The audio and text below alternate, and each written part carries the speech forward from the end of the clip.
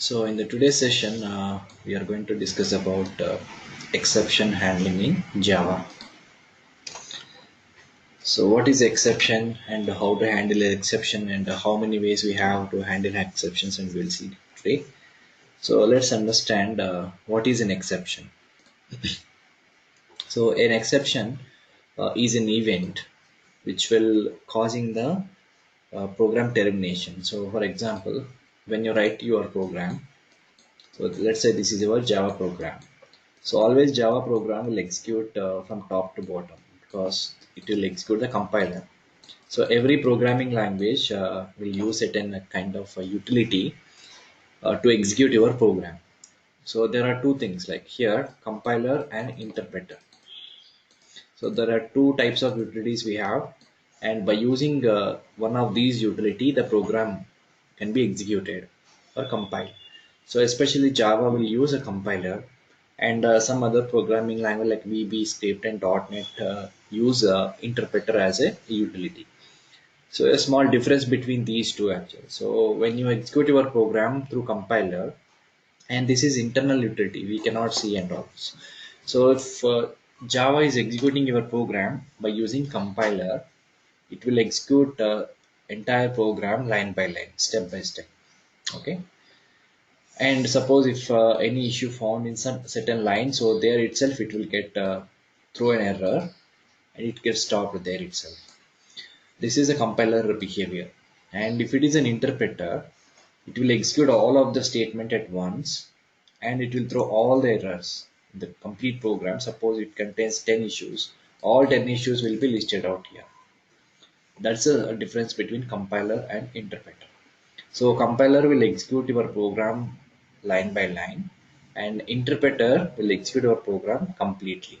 Okay. So Java will internally use a compiler as a utility.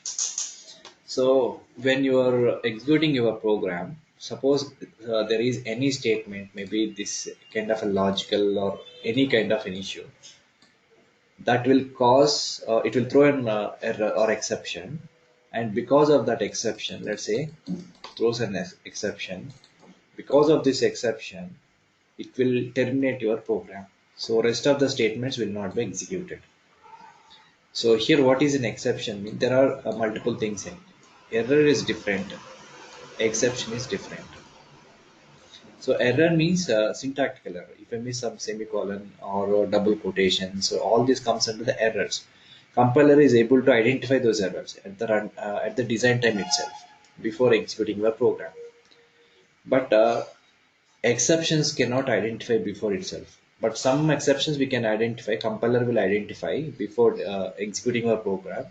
But there are some kind of exceptions that the compiler cannot identify. Okay, so those exceptions are not exactly in errors, but we can say they are logical errors. So those exception means when executing your program, the exception will be raised by the program, and because of that exception, the program will be terminated. Means the rest of the statements will not be executed. Okay, so that's the problem. So exception is an event which will cause your program termination. Okay, so because of that reason, we cannot proceed further, we cannot execute other statements. So that is the problem with the exception. So in real time, when you are working with multiple scripts, suppose you have one program, second program, third program.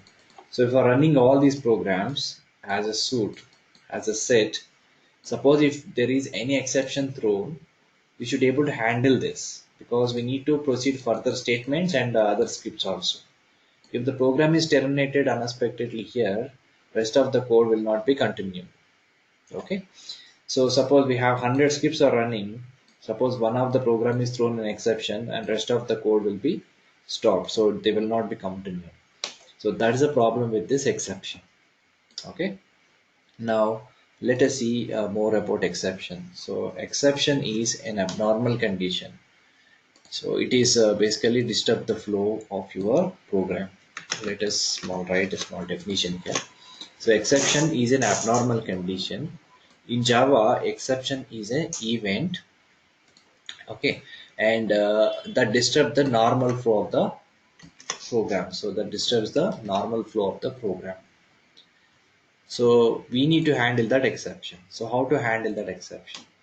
So exception handling means we need to first identify so which statement can be thrown an exception. So for example, I have written some program like this. Some certain statement will throw an exception. Okay, so this is again as our assumption. Okay, so suppose if thrown an exception, we can handle and get back to our program and continue with the rest of the code.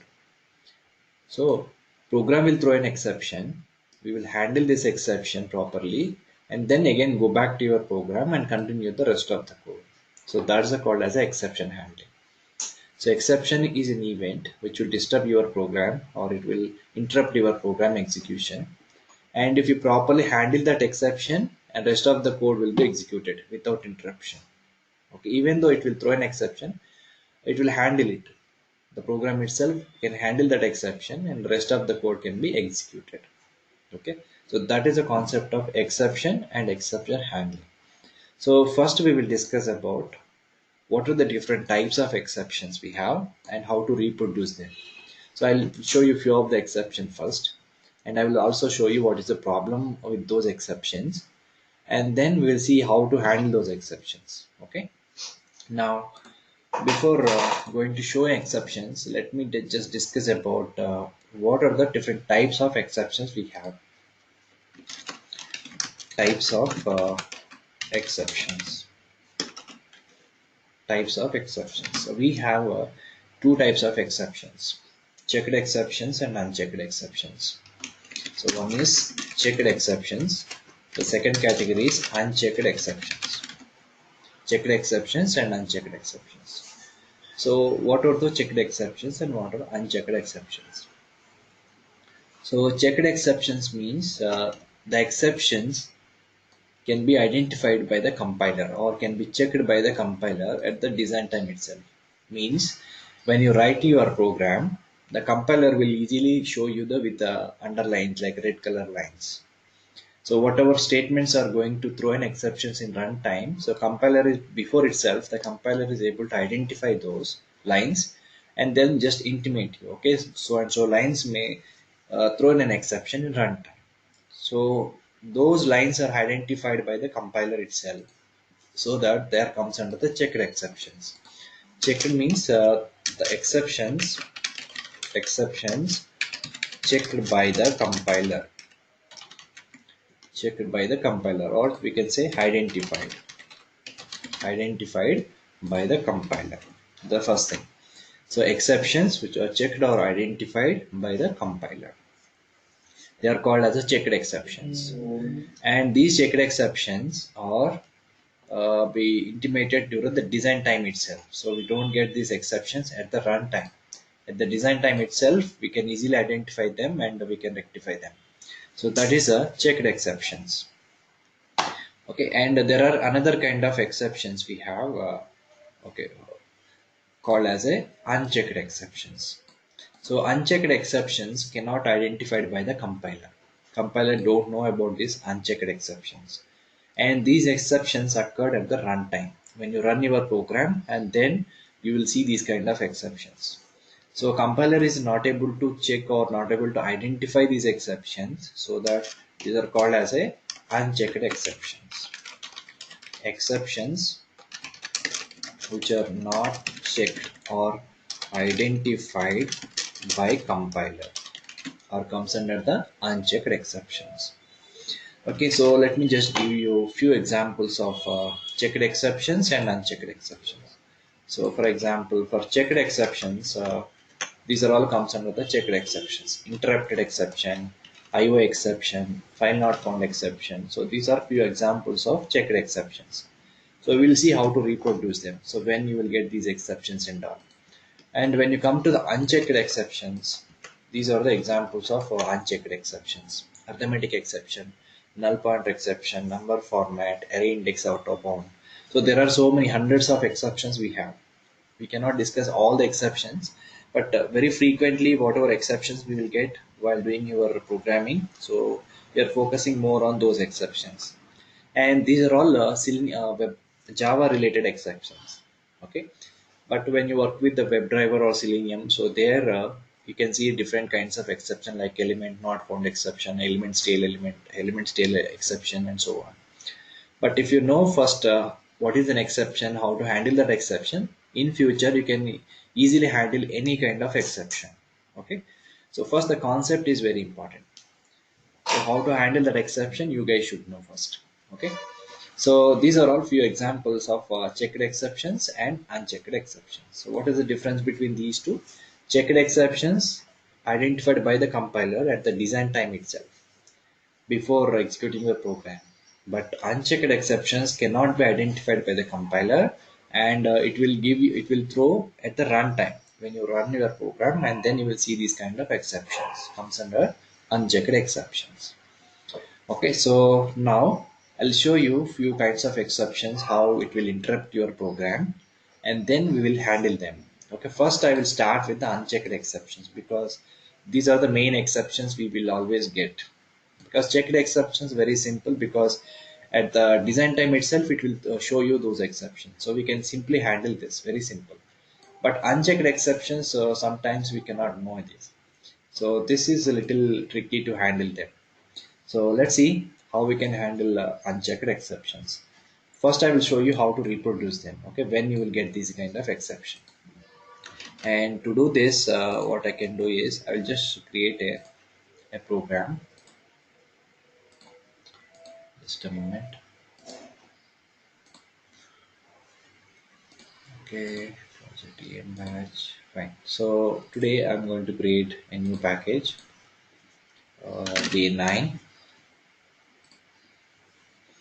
Okay, so my first program, I'm creating exception example, exception examples. Let's take a main method. Finish. Okay, so now, so I will just reproduce a few kinds of exception like arithmetic exception, null point exception, and all. Let's see when we will get these exceptions. So first I will talk about unchecked exception. Okay, let me just share small presentation. So here I have a few statements, Java statements, and these statements will throw certain kind of exceptions. So if I see the first statement, let us say int a is equal to 50 divided by 0. So I have created this statement. This statement is syntactically correct. So if you write this statement in Java, syntactically correct, it will not throw any issue. But 50 is a number which is divided by 0. Any number which is divided by 0 will provide you infinity as a result.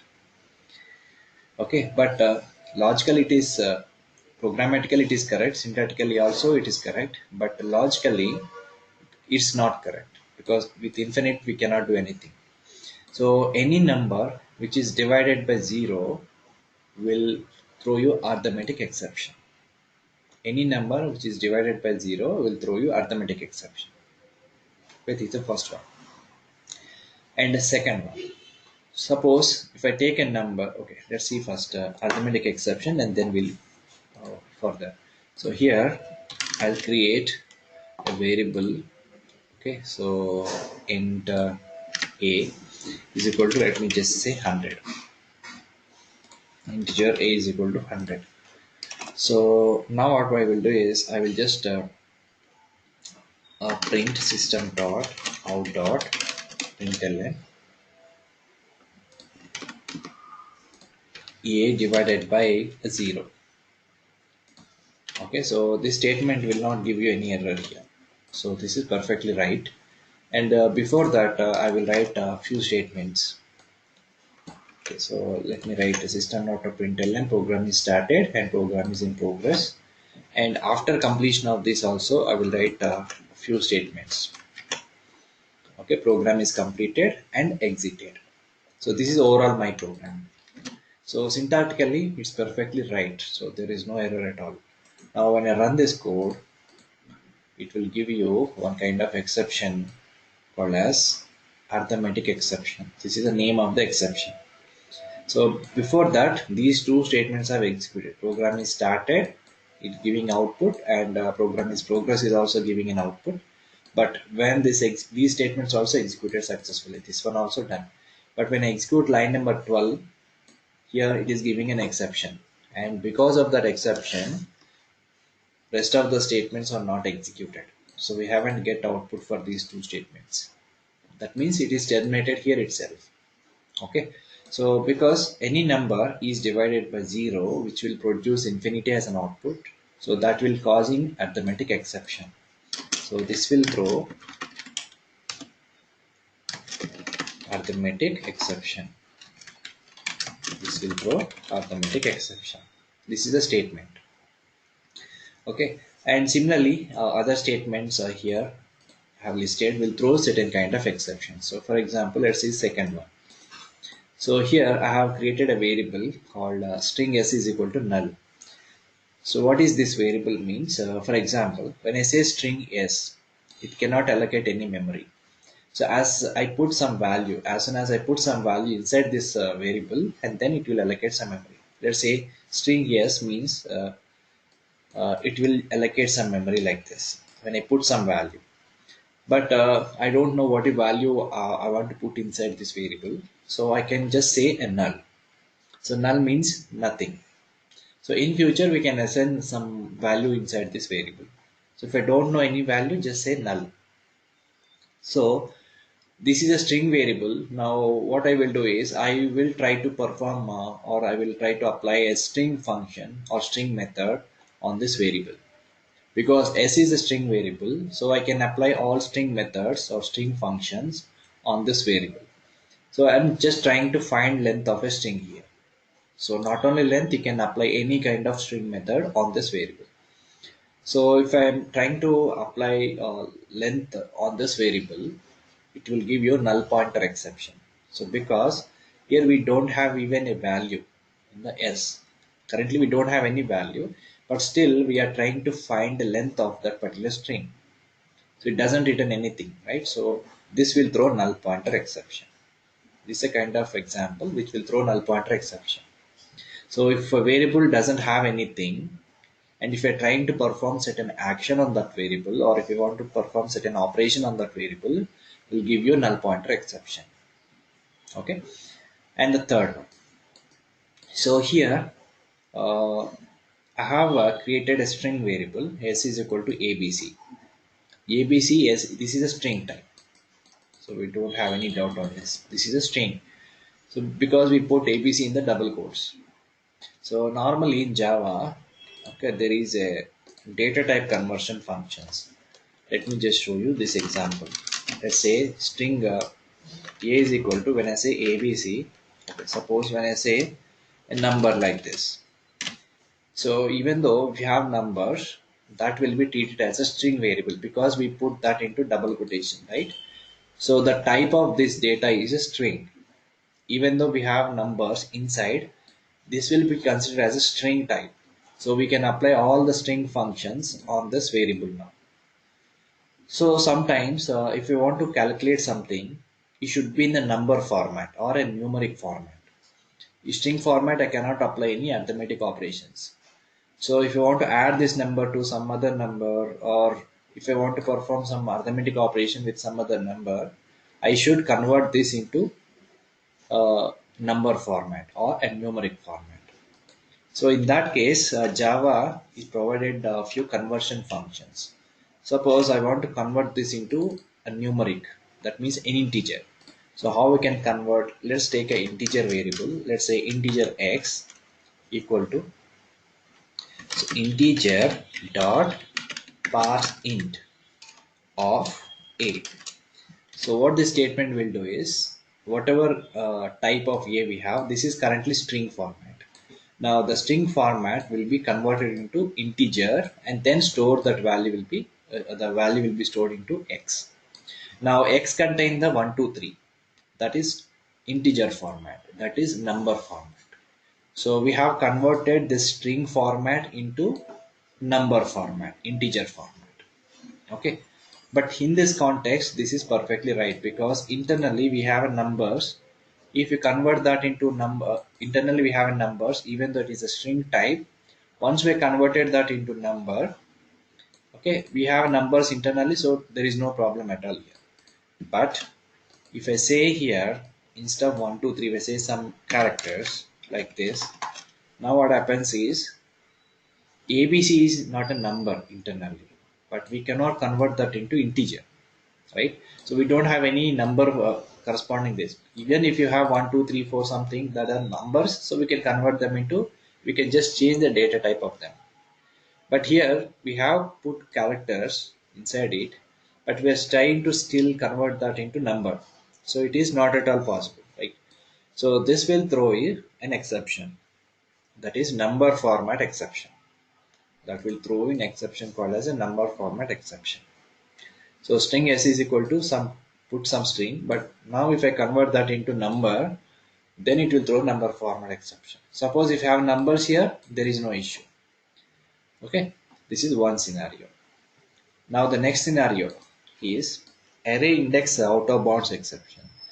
Whenever you work on arrays, you will always get this kind of exception. Most frequently will get this exception because whenever we read the values from an array or writing the values into array, if you write something wrong in the for loops, you will get this kind of exceptions. Array index out of bounds exceptions. So when you will get this exception? Suppose I have declared an array here of size 5. The size of array is 5. So that means it creates 5 locations from 0 to 4. 0 is the starting index, so 4 is the last index. So I can insert values between 0 to 4 all in all indexes. So when I say 5, it creates 5 locations. 1, 2, 3, 4, 5.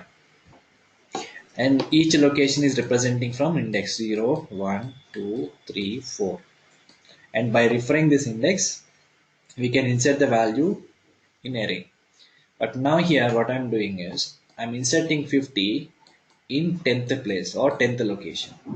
But do we have 10th location here? The maximum index is only 4. So we don't have any more locations here.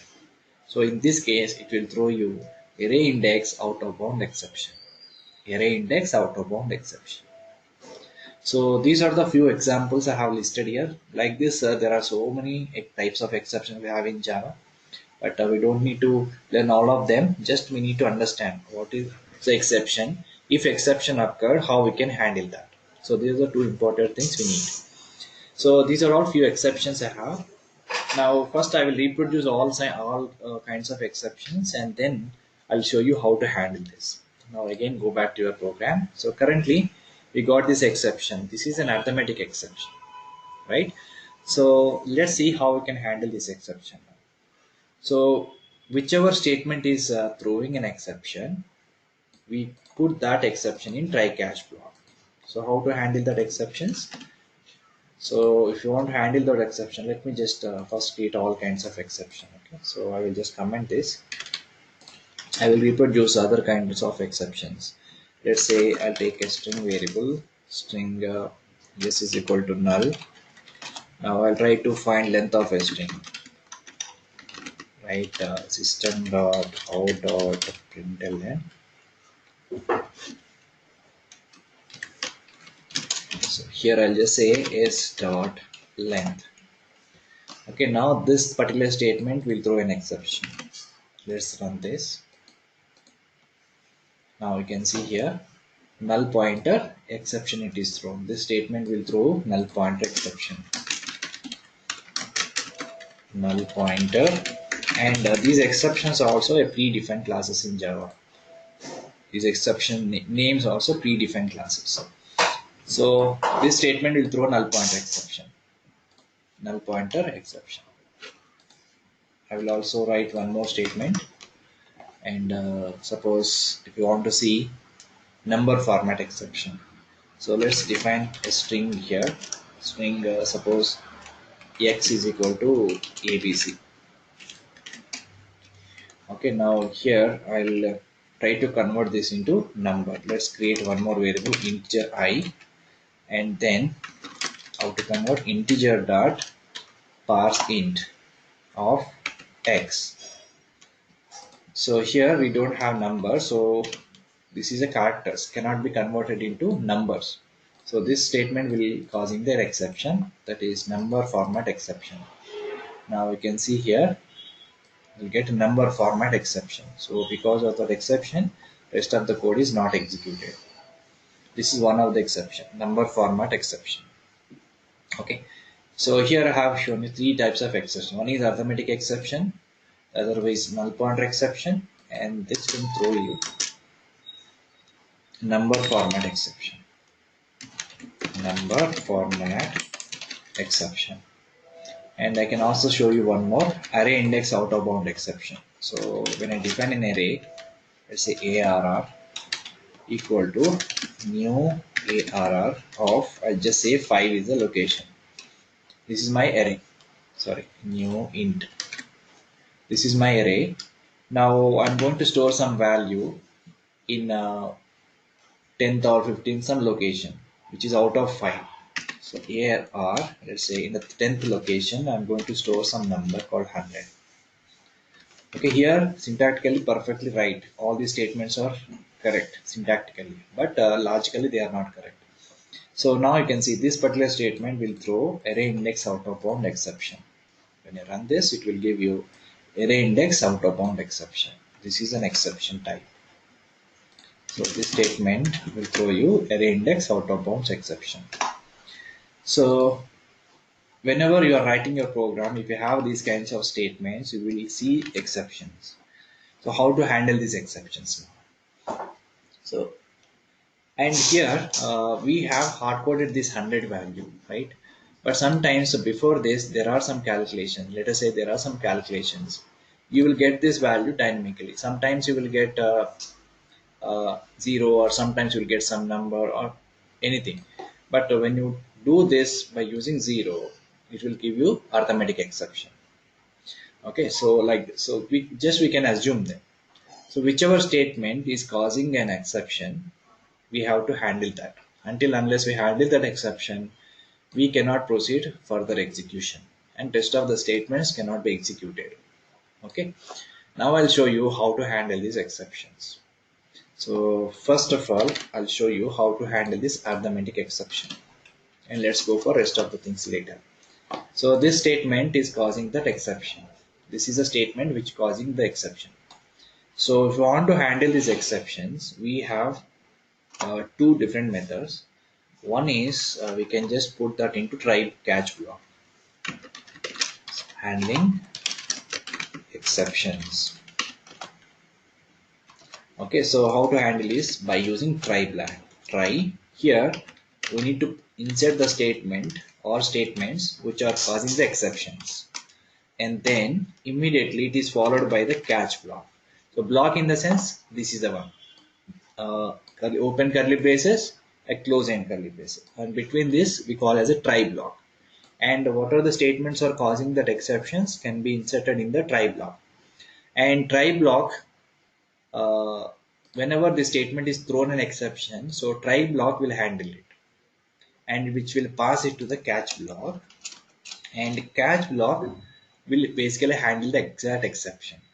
So try block will catch that exception, catch block will handle that exception. Let me just show you. So here this is a catch block, and here we need to specify type of exception. Exception type we have to specify. What kind of exception this statement is thrown, that exception type we have to specify here, exception type. And here we need to write statements, means what are the remedy for them. If try block, whenever the statement is thrown an exception, immediately try block will be triggered, try block will be executed, and then catch block will catch that exception here, and it will perform the next actions. After handling that exception, what should we do? So that will be written in the catch block. So this is a try and catch block. So try block is always followed by the catch block. Remember this. Try block will followed by the catch block always. So this is a syntax of try and catch block. Now let us handle that exception by using this try and catch block. So go here and insert this statement inside the try block. I'll just say try and close this bracket. Immediately you need to add catch block. So if this statement thrown an exception, so just is an asking question, so we should know what are the type of exception the statement will throw. Okay, that's not mandatory actually. So if you know the exception type, that is fine. If you even if you don't know the exception type, you can still handle it. Okay, so I'll tell you now how it can be, okay, in few minutes. So first let us see, if you know the exception, how we can handle it. If it doesn't know exception, how we can handle that, we'll see later. So for now, this statement will throw an exception. What kind of exception it is? Arithmetic exception. Now in the catch block, we have to say the same type of exception, arithmetic exception. Okay, and then give some object name, because arithmetic exception itself is a class name, predefined class name in Java. So we need to give some object name, some variable, like this is an object. Okay, you can give anything. So as soon as this statement is thrown an exception, immediately the catch block will handle it. And then inside the catch block, I can write whatever you want. So system.out.println. So what this block will do is basically, it will not terminate the program. Even though exception is thrown, it will handle the exception and it will get back and execute the rest of the code. So that's the main intention of exception handling. So system.out.println, and here I can just write something like entered into catch block. Entered into catch block. So now I'm able to handle this exception by using catch block. Now let us see. So these first two statements should execute, and even this will also should execute, but it will throw an exception, and then catch block should handle it. So we are also expecting this message should be printed in console, and rest of the statements also will be continued, because these statements have commented, because these exceptions we don't get. This time it will throw arithmetic exception. Now run this code. Now we can see here. Now you can see here all the statements have executed. Program is started, program is in progress. Now you can see this is a message entered into catch block. So what does that mean is, this catch block, it is entered. So this statement is executed. That means this statement is thrown an exception and the catch block is handled it, and then this message is printed. Along with this, rest of the statements have been executed, but program is not terminated. Okay, so that's how we need to handle that exception. And I'll show you one more way. So this is the one way of handle exception. We can just put the statement inside the try block and put the catch. Suppose this statement is not throwing an exception. Okay, so if this statement is not throwing an exception, so for example I'll just say 2 here. So this statement will not throw an exception. In that case, catch block cannot be executed. So rest of the statements normally continue. So when I run this code, see, it will give you exact output of this one, a divided by 2, and there is no exception. But when this catch block will execute, only if this statement is thrown an exception, then catch block will execute. And Preeti is asking question, but if the statement is passing value to the next statements, how it will continue? Yes, still it is continue. Only thing is, this try and catch block will not block the statement. Okay, so they will execute the statements again step by step, but only this try catch block will execute if that statement thrown an exception. Okay, so otherwise, suppose if I want to use the output for this in the next line, you can still use it, for example. But if this statement thrown an exception, it will not give you any output. Remember this. If this statement thrown any output or exception, it will not give you any output, right? But if it gives you some output, that output can be used in other statement. Just now I have changed this as a 2. It's giving an output, and you can also store that output. So for example, I will write another variable here. Let's say int some result is equal to a divided by 2. Let's say this. Instead of printing it, what I will do is a divided by 2. Okay, so now what I have done is a is equal to 100. So 100 divided by 2, 50 will be stored in res. So this res I want to print here somewhere. So after catch block, system.out.println, I'll just print res here. This is a result. Okay, what is giving? So it's not understanding this variable because we created inside the try block. What should we do now is I just create this before here.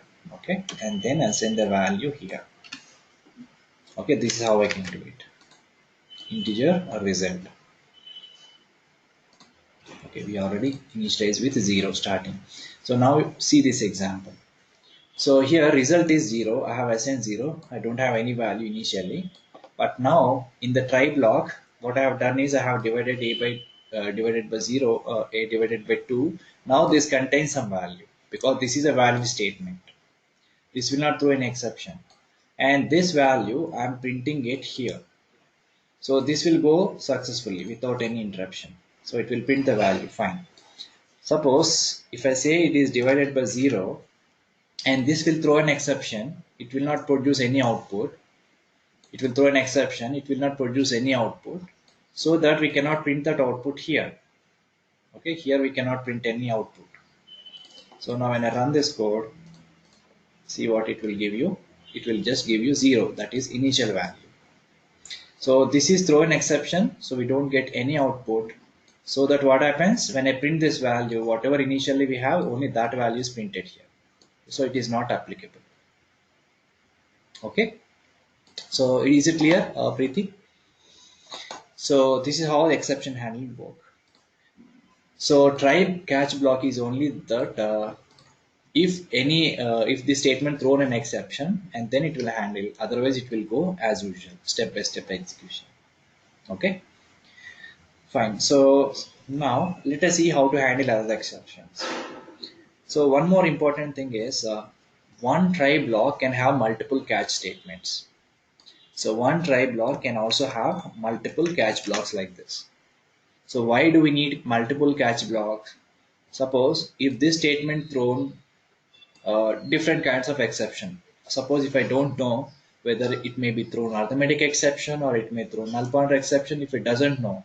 So what you can do is you can just add a few more catch blocks like this and specify whatever exceptions you are expecting. So one catch block add arithmetic exception, another catch block you will add null pointer exception, even another catch block you will add other kind of exception. So if this statement thrown an arithmetic exception and one catch block will execute. Suppose it throws some other exception or null pointer exception and another catch block will execute. But at a time it will execute only one catch block. Okay. And Navina is asking question, do we have to keep our statements in try catch as a practice or else how do we do? No. Okay, so normally whichever statement you will feel, suppose they throw some exception, we can keep them in try catch block. Nothing wrong in that. Okay, so okay, you can keep all the statements, but not all the statements. And let's say whenever you do certain operations like this, conversions and everything, you can keep that into try catch block. Okay, nothing wrong in this. If they throw an exception, it will able to handle. Otherwise, it will go and execute normally. You cannot see much difference. Okay. And Preeti is asking question, do we have to assume that the statement can throw an exception? Yes, you can assume it. But if you don't know what kind of exception it will throw, there is another way we have. So I'll tell you that. Okay. So, but here, this is a second. So every statement will throw a certain kind of exception. Only one exception it will throw. But that exception can be any type. So in those cases, you can just add multiple catch blocks for the single try block. So whichever catch exception is matched, so that catch block will be handle it. This is one way of for doing it. You can have multiple catch blocks for one try block. Suppose you don't know what kind of exception you have. Suppose in this catch block, you will say arithmetic exception. And here you can say null pointer exception. Null pointer exception. And here we can say null point number format exception. Here we can say number format exception. So this statement can throw either arithmetic exception, null pointer, you don't know. But whichever exception is thrown, it will go and verify which exception is exactly matched, and that particular catch block will be executed. So this is also one more statement. One try block can have multiple catch blocks. One try block can have multiple catch blocks. Okay, so remember this. Okay, so now one try block can have multiple catch blocks. But even if you write multiple catch blocks, your code will be very lengthy, right? Suppose we don't know, there are n number of exceptions. Suppose if you get an exception out of these 4 exceptions, still there is a chance to get an exception, right? So I have mentioned only 3 exceptions here, but this statement is thrown some other exception other than these 3. So then also there is a chance to get an exception. But how we can handle this exception in generic? So what I can do is, if you don't know what kind of exception it will throw, but you know only 1 or 2 3 exception types, but other than that you don't know. So in this case, you can just add only the exception. Don't specify complete name of exception. So what I will do is, let us say I will handle other kind of a statement. Suppose let's take this statement. So I will just commenting this arithmetic exception for now. Still here. Okay, now I'm dealing with the null pointer exception. Let us see this. So here this particular statement will throw null pointer exception normally. But what I can do is I will put this statement in try block. Okay, now I'll write in the catch block. Suppose if I don't know what kind of exception it will throw. Okay, so in this case, just directly write exception. Don't specify type of exception. Okay, just specify exception. Just say an object. So because this exception is a superclass of all exceptions. Okay, so why we need to have this? Because exception is a superclass of all kinds of exceptions. So that's the reason this statement can throw any kind of exception, doesn't matter. This catch block easily able to handle it. Okay, if you don't know the particular type of exception. So here I will write a statement now. System.out.println. I'll just say entered into catch block. Entered into catch block. Now we observe this. So here I will just say string s is equal to, I'll just say some value here. So in this time, this statement will not throw any exception. So that means catch block never execute. If this statement thrown an exception, and then only catch block will execute. Otherwise, it will just ignore it. And Urvashi is asking question, isn't not this always better? Yeah, you can still go with this. Okay, no issues with this. Okay, you can still go with this. Okay, so but these are all different options. I'm just explaining you. Okay, so whichever way you will feel comfortable, you can go with that approach. Okay, so here I can just say a value here and finding the length, and this statement is perfectly right, and this time it will not throw an exception. So if this statement is not thrown an exception, catch block will be just ignored. It will not execute the catch block. Now when I run this code, it will give you proper output. So here 7 is a length of a string. Suppose if I don't have any value here, I'll just say null. So in this case, this statement will throw an exception, and now catch block should be able to handle it, and then it will print this message. Now when I run this, see, now you can see entered into catch blocks, because this statement is thrown an exception now, and catch block is able to handle this. Okay, so this is how we need to handle that exceptions by using try catch block. Try catch block. Okay, and whatever exception we have, that exception we can handle by using try catch block. So this is how we need to specify. Now we also have one more syntax. So we have multiple syntaxes actually. So we have try catch block syntax. This is a one syntax, syntax 1, and you can also have one try can have multiple catch blocks, like in syntax 2. In syntax 2, we can have one more catch block. So whichever exception is matched here, exception type 2 you can specify. And here exception type 1, if you know the exception types you can specify, but this is also no guarantee like which exception type will be matched in future. Okay, so is there any way to know which exception is thrown? No, Navina. Until unless you give, you see the message in console window, you don't know what kind of exception to be thrown. Okay, that is your based upon your experience and practice. You will know sometimes when you write your statements, you will know like maybe this exception will throw an exception like that. So, for example, here I say a divided by 0. So if we remember this example, in future we'll know, okay, any number which we divided by 0 will throw certain arithmetic exception, that you will understand. Similarly, if you remember a few examples like this in future, so whenever you see these kinds of statements, you will easily understand, okay, these statements may throw some kind of exception like that. Okay, so until unless you execute this code, so you will never know when this exception will come, because these are all unchecked exceptions. I told you two kinds of exception, right? So checked exceptions we will know before itself, but these are all unchecked exceptions because the compiler cannot identify these exceptions until you run your program. So that's the reason uh, we cannot know, or we don't know about these exceptions until unless you execute your program. But checked exceptions we know before itself, and we can fix them before executing the program itself. Okay, that I'll come to that. Okay, so try catch, we have multiple syntax. The syntax one is try can have only one catch block, and try can have multiple catch statements. Here we can say exception 1 and exception 2 and so on. We can add any number of exception. And there is one more syntax.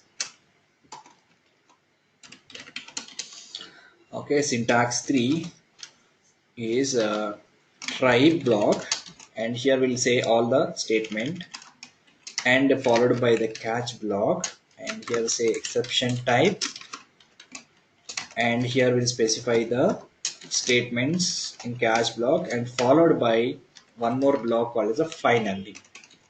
There is a one more block called as a finally. So what is finally block is? Finally block is always followed by the catch block. Okay, so what is this syntax means? So suppose the statement in try block is thrown an exception, immediately catch block will execute. That we know. And after the catch block, finally will also execute.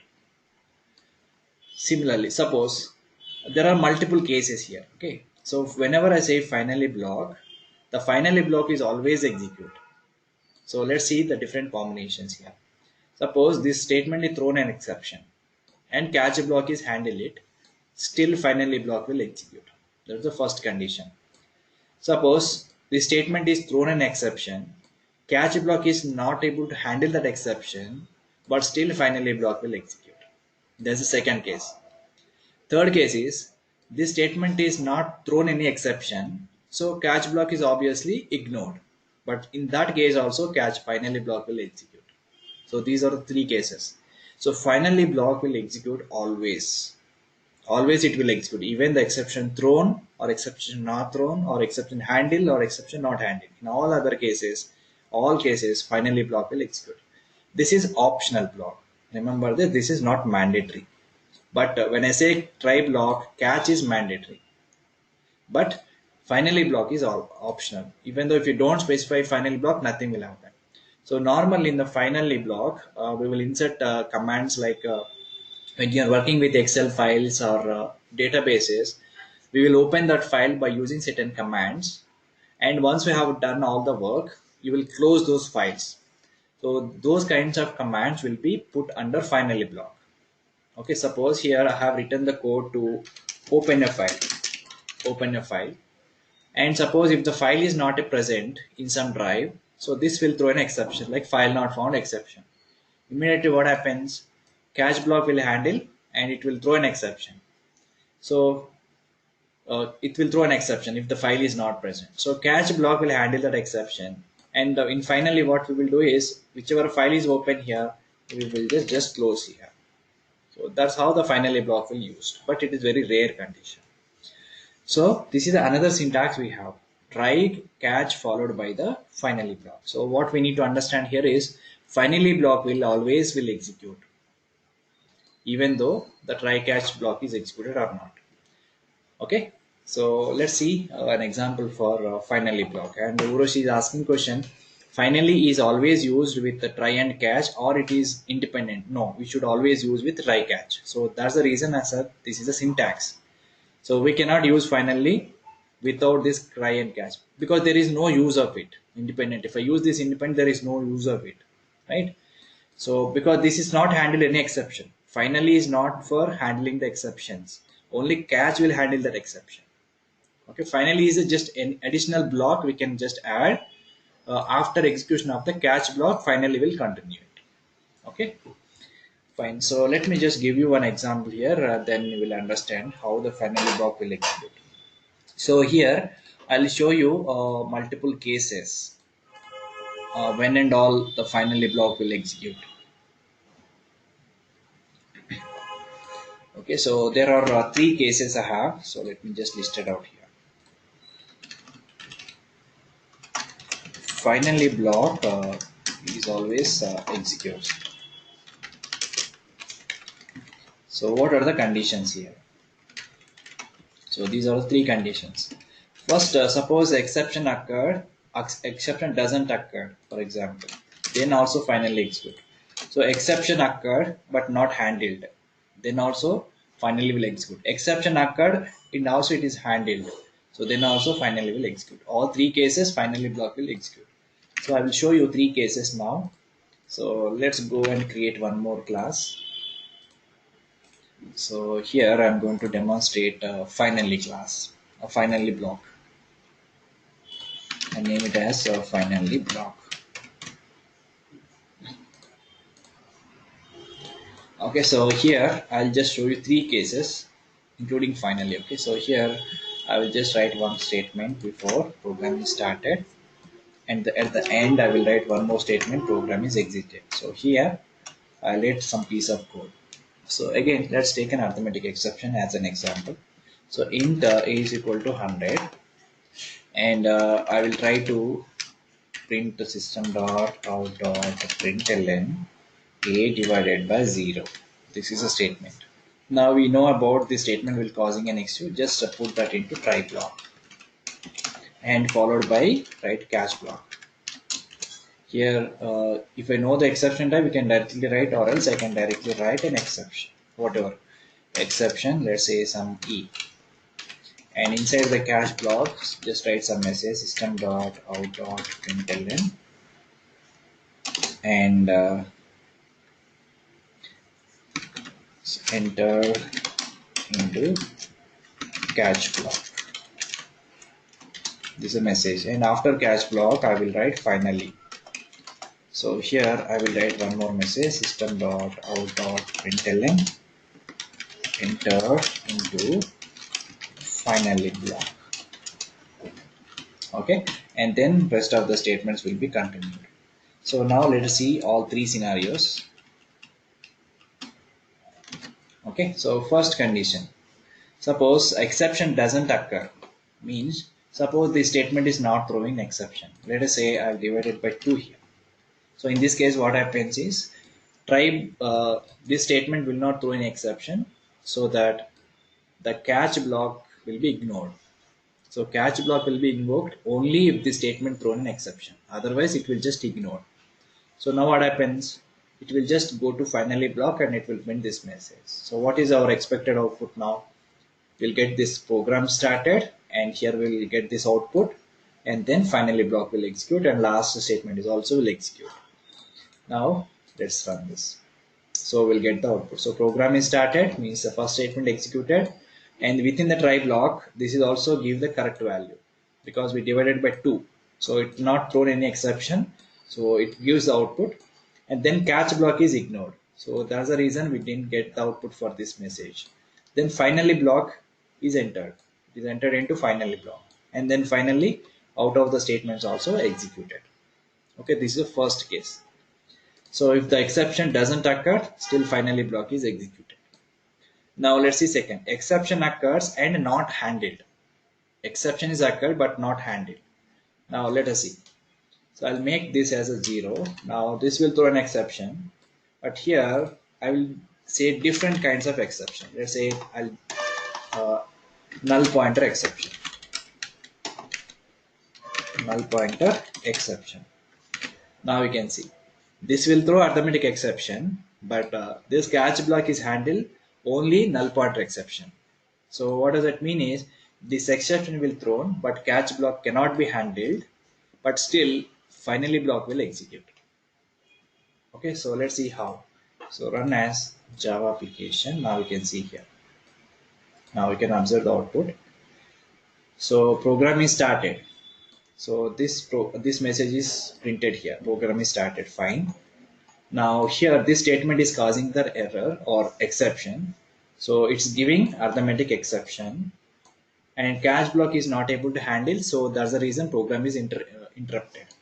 Now finally block message is printed here. So entered into finally block means finally block is executed, but rest of the statements will not continue. Because here exception occurred means the rest of the statements cannot be executed. What are the rest of the statement we have after this statement? This is the only statement we have.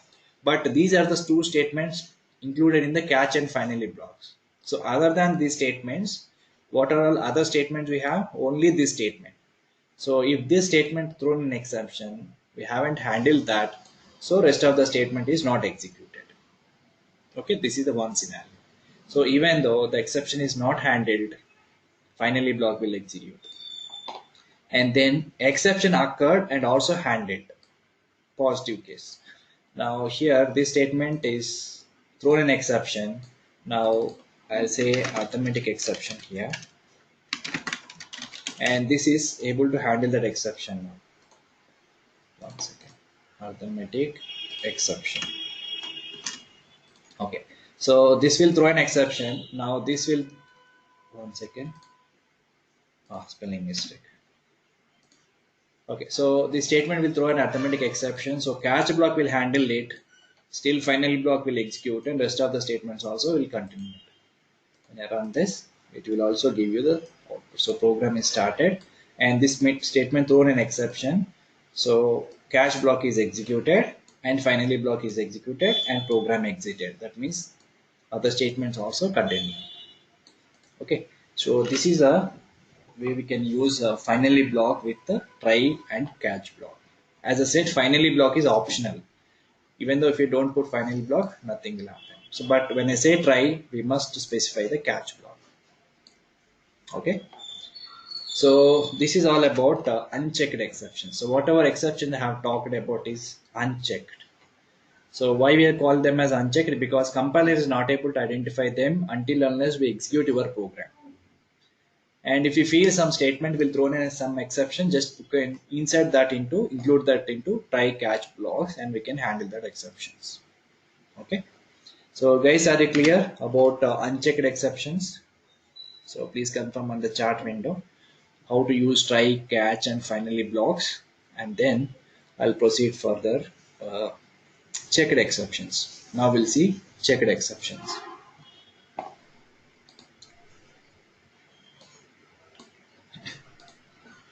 So in checked exceptions, I have listed a few examples here: interrupted exception, IO exception, file not found exception, and all, right? So these are all checked exceptions. So let me just write one program to demonstrate checked exception. I'll create one more class. I'll name it as a checked exception. Example.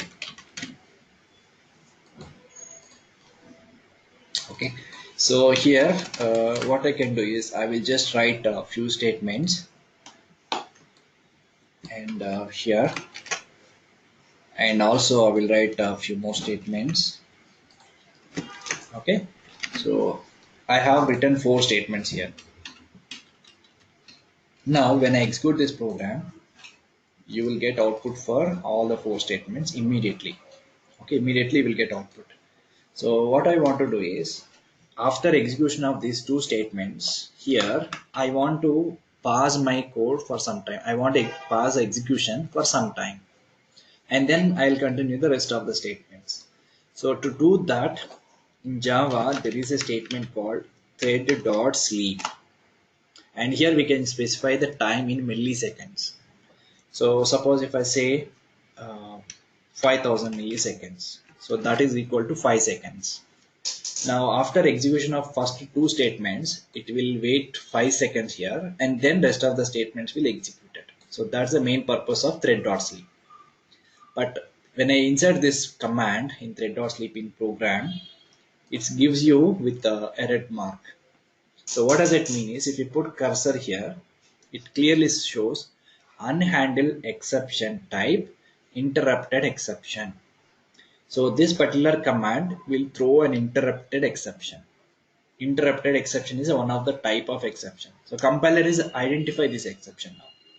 We haven't executed our program, so compiler is identified this.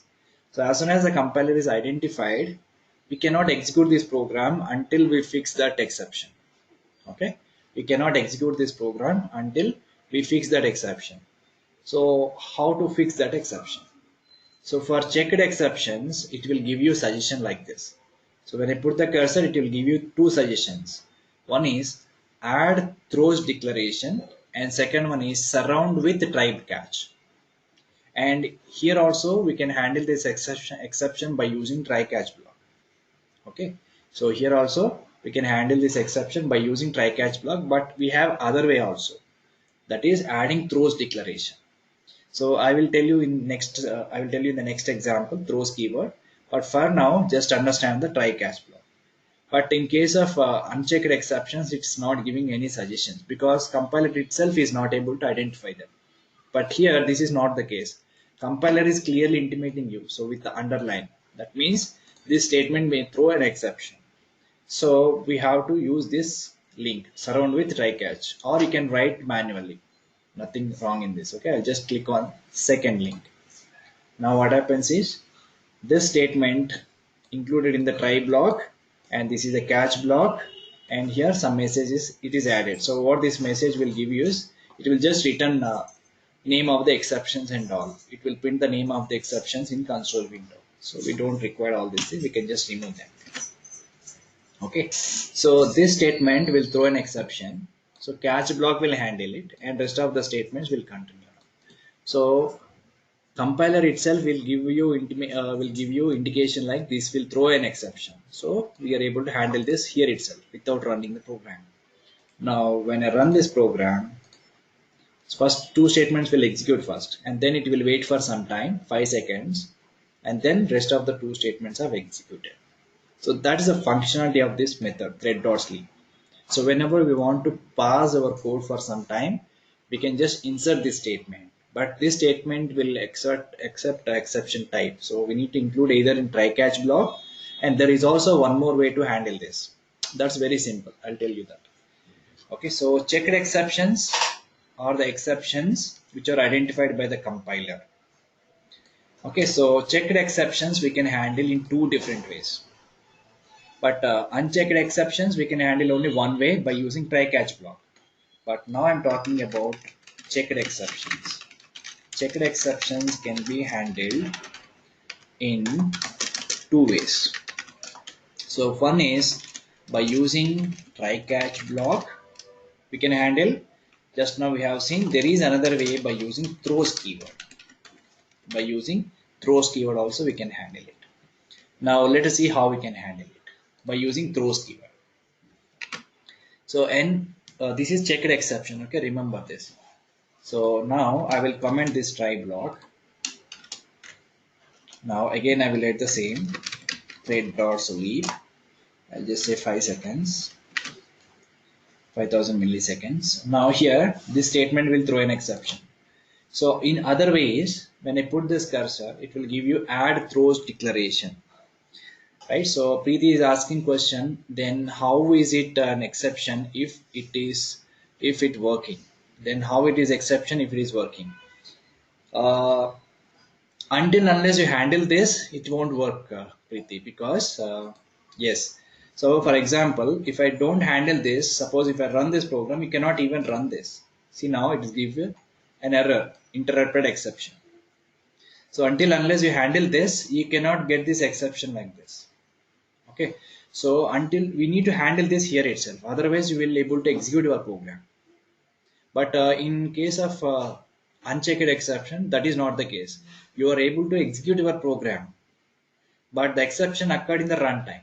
But here, compiler clearly is saying this statement will throw an exception. So that's the reason we need to include that into our try catch block or throws keyword. Okay, and if you handle this, then it will work. If I don't handle this, it won't work. Okay, remember this. If you don't handle this exception, you cannot even execute your program. Okay, and until unless you handle this, you cannot even execute your program. But in case of unchecked exceptions, you will able to execute your program. But at the runtime, you will get those exceptions. So that's the difference here. Okay. So these commands are works perfectly. These are all Java commands, but they will throw some exceptions. Okay.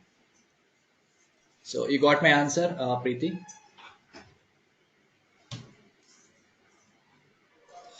Okay. So suppose if this is not giving an error, we don't know whether this exception is run or not. Exception thrown or not at runtime. So only runtime we will know that. But compiler is able to identify this, so we cannot proceed further until unless we fix this. So now I'll show you this how to handle this by using throws keyword. That is very simple. We put the cursor here. There is a second line surround with the try catch block we already seen.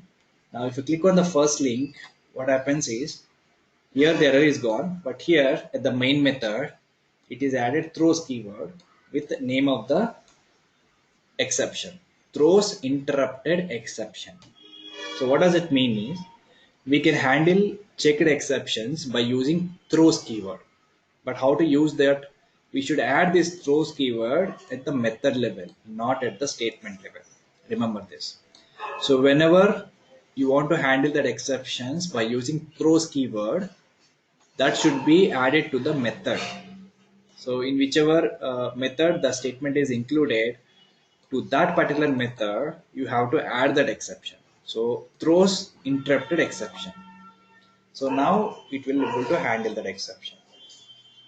This is the second way of handling exception. One is by using try catch block. The second one is by using throws keyword. But what is the difference?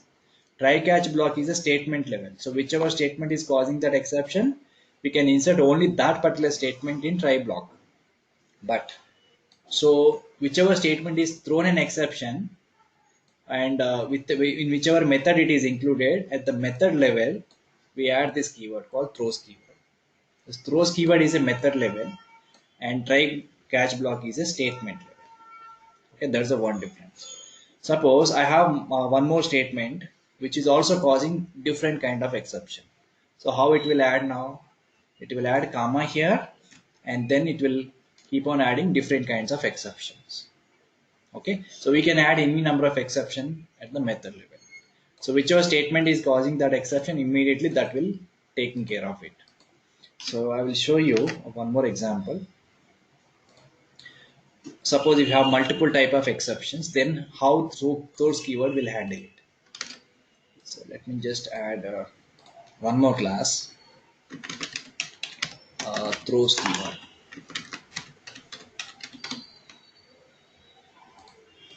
So here I am going to show you one more example. Just a second.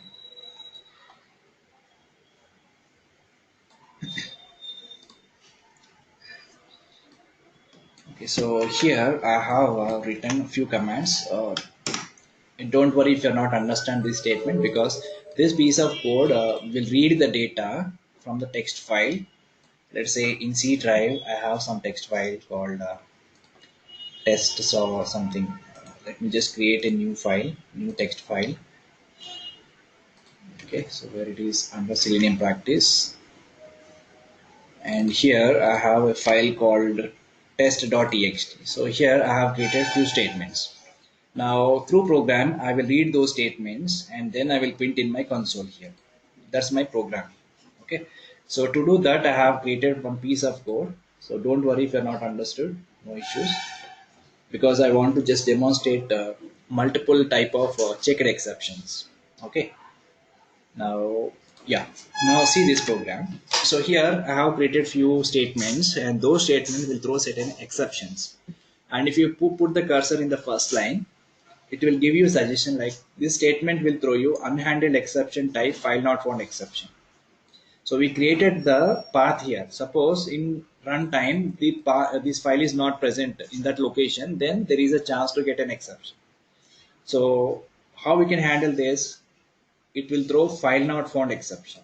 This is one of the example of checked exception, file not found exception. So when I click on the add throw declaration, so it is added an exception type called file not found exception.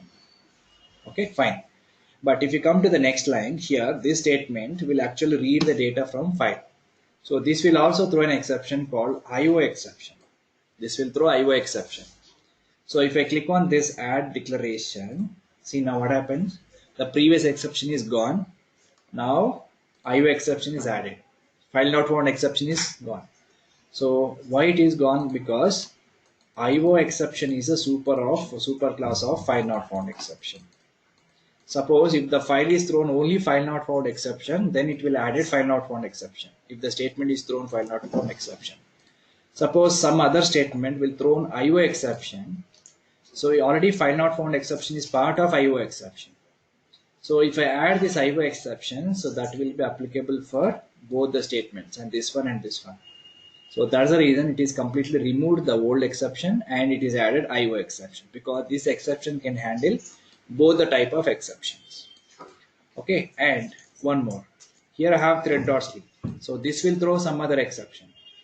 It will throw interrupted exception. Now let us add it.